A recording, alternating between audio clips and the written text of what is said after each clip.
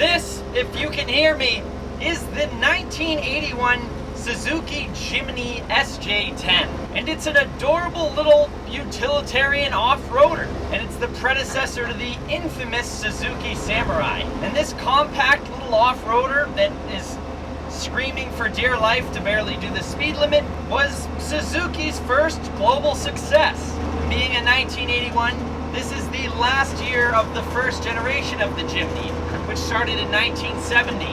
The SJ10 actually came before Suzuki's use of the Jimny name.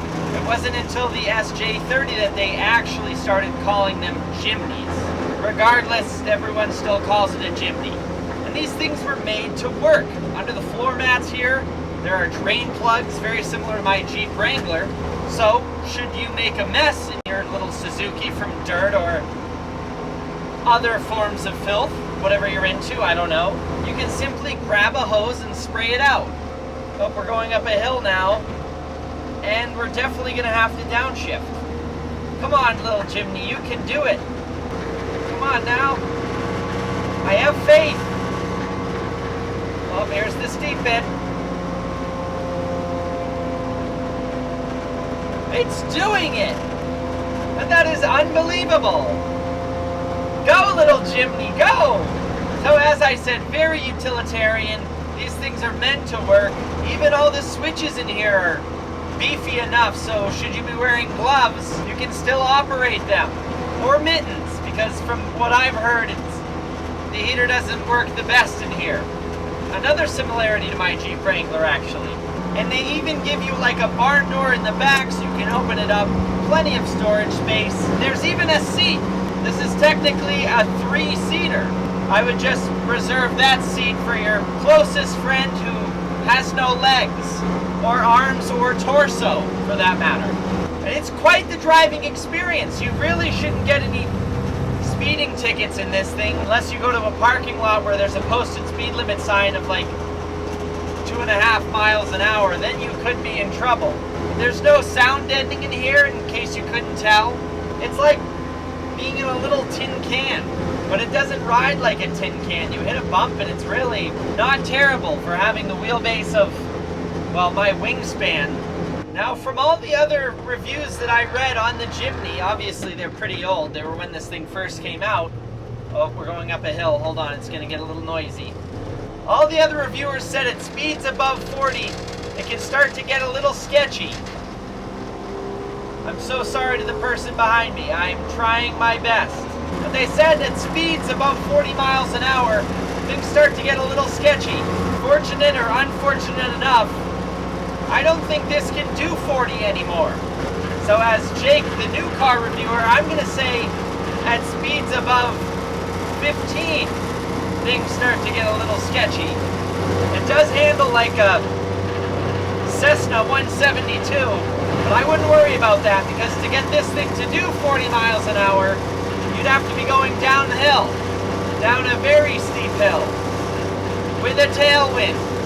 Now, power, if you can even say that, is supplied by this, the LJ50 engine, which is a 539cc straight 3-cylinder 2-stroke gas engine, and it produces a whopping 25 horsepower and 38 foot-pounds of torque. Very impressive, I know. Then because of that vicious screaming power plant, the 1,400-pound SJ10 could now hit 60 in general.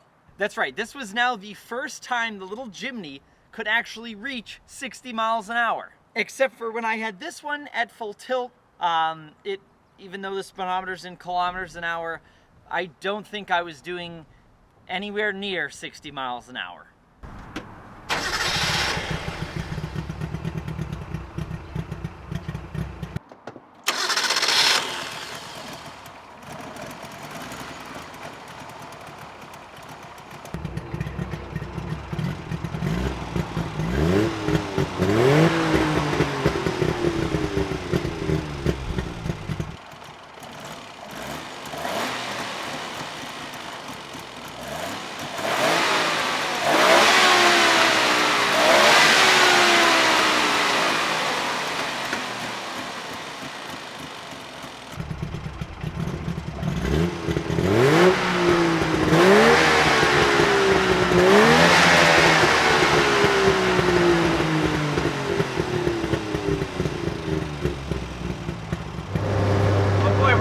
downhill now. That could be 30. I think we might have just hit the speed limit. Oh boy, that was much too fast for a corner. That was about 7. Now that ravenous Japanese horsepower is sent to either the rear wheels or all 4 wheels, because this of course is 4-wheel drive, through this 4-speed manual transmission. And then of course to operate the 4-wheel drive we have a short little transfer case shifter down below here. I shouldn't have said short, that's not that short, that looks about average to me. Now all 4 generations of the Jimny are body-on-frame designs, and all 4 generations have solid front and rear axles. The first 2 generations had leaf springs at all 4 corners, meaning this one has that. While the 3rd and 4th gen models, those had coil springs. This thing sounds like me when I'm hungry, when you're downshifting and decelerating. Oh boy, pulling onto a main road. First gear, maxed out. Second, maxed out. There's 20 kilometers an hour. Come on now. Third gear, maxed. There's 40 kilometers an hour.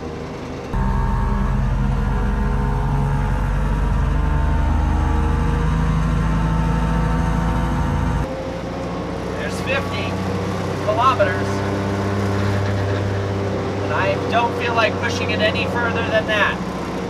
Well, thank you guys very much for watching. I'll catch you in the next video. I sure hope you can hear at least some of this. Happy motoring!